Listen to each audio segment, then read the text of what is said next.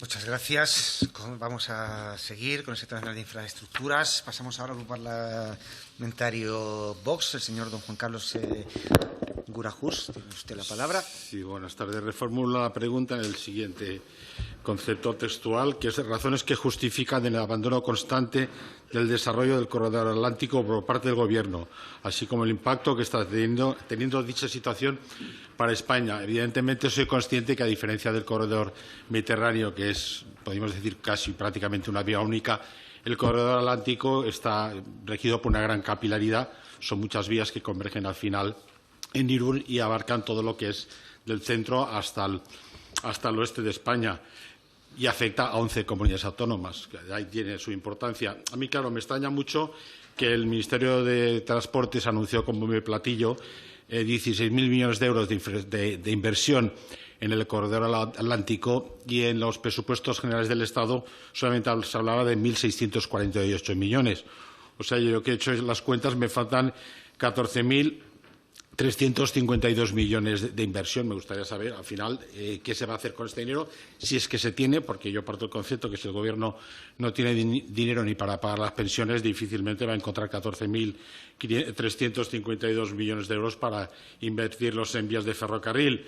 También quiero hacer constancia que hay 448 puentes que están afectados por tema de corrosión en las estructuras. Esto es un tema muy grave, porque imagínese usted si se cae un tren al vacío, pues la siniestralidad que esto supone. Y de estos 448 puentes, 300 son de urgencia perentoria, en el aspecto que el tren tiene que ir a 30 kilómetros por hora muy lentamente para no forzar la estructura del tren. Bueno, pues insisto, el Ministerio de Transportes habla de grandes cifras de dinero, pero el ciudadano no ve esta realización económica, no lo ve. Parece un poco aquel embaucador que te habla de muchas cifras y luego le dices, bueno, la inversión tú hablas mucho, pero ¿dónde está el dinero? Te dicen en inglés, show me the money, ¿no? Pues no hay dinero, no te lo enseña. Te habla mucho, pero no te hace nada.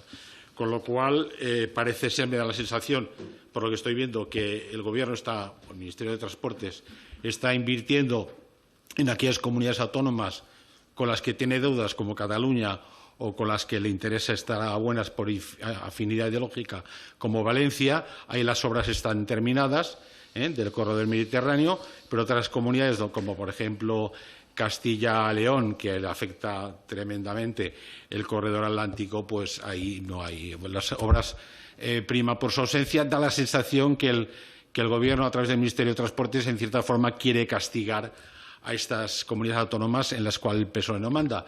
Y no sé, y yo llego a la conclusión, como simple diputado, como muchos ciudadanos, que da la sensación que en este país, si quieres que te hagan una vía de tren, tienes que ser amigo del putito Berni, o si no, no hay otra posibilidad de conseguirlo. Gracias. Bueno, disculpe un segundito. Le ruego, por favor, comentarios, además, que no vienen a cuento, y bastante obscenos, que además, de verdad se lo digo, ni vienen a cuento. Discúlpeme que estoy en el uso de la palabra. Discúlpeme que estoy en el uso. Si acaso el señor Berni, dígale, pregúnteselo a él. Y además que atentan un poco con disculpe, no tiene la palabra. Disculpe, no tiene usted la palabra. ¿Vale? Atentan contra, creo yo, sobre todo los términos en los que se ha referido usted al decoro de esta institución. ¿Puede usted ahora responder? Muy bien. Muchas gracias, señor presidente. Señoría, yo antes que nada decirle que, bueno, que en estos números que hace sí hay los 1.648 millones que son para este año, porque habrá el resto de dinero tendrá que llegar los siguientes años y el presupuestado en el resto de años. No hay más misterio que ese cuando uno ve por qué las cifras, y es un dinero que tenemos que invertir este año.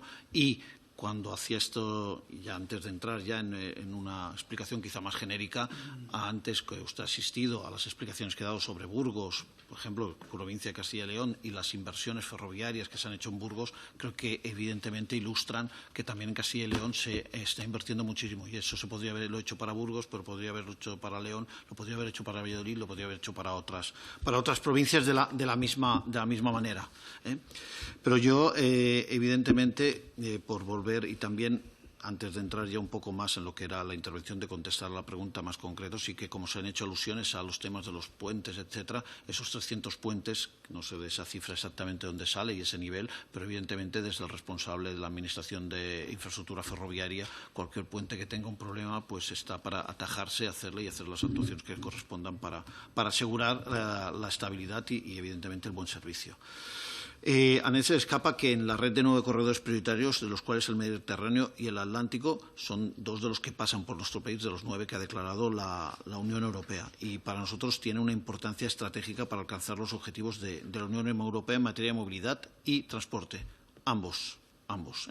Y aquí, en cuanto al Atlántico, también recordaría siempre la ampliación que se realizó, porque justamente, pues, como usted mismo señalaba, esas ramificaciones que dispone el corredor atlántico, muchas de ellas se aplicaron a partir de 2018 y se aprobaron en el 21. Todo el noroeste había quedado fuera del corredor, todo lo que era la conexión también en Navarra y Zaragoza había quedado fuera, y fue un impulso de que ese corredor realmente abarcase esas 11 comunidades, fue un impulso de este Gobierno para que esto fuese así.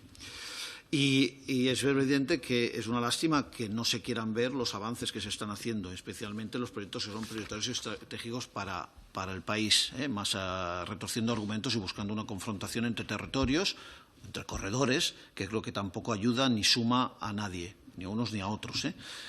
Hace apenas 20 días presentamos en Asturias al comisionado del Corredor Atlántico y la apuesta de este Gobierno para desplegar y renovar el corredor en los próximos años. Es un corredor clave para el desarrollo económico y social de España, de esas 11 comunidades, pero del conjunto de España también, y para las conexiones con Europa y la descarbonización.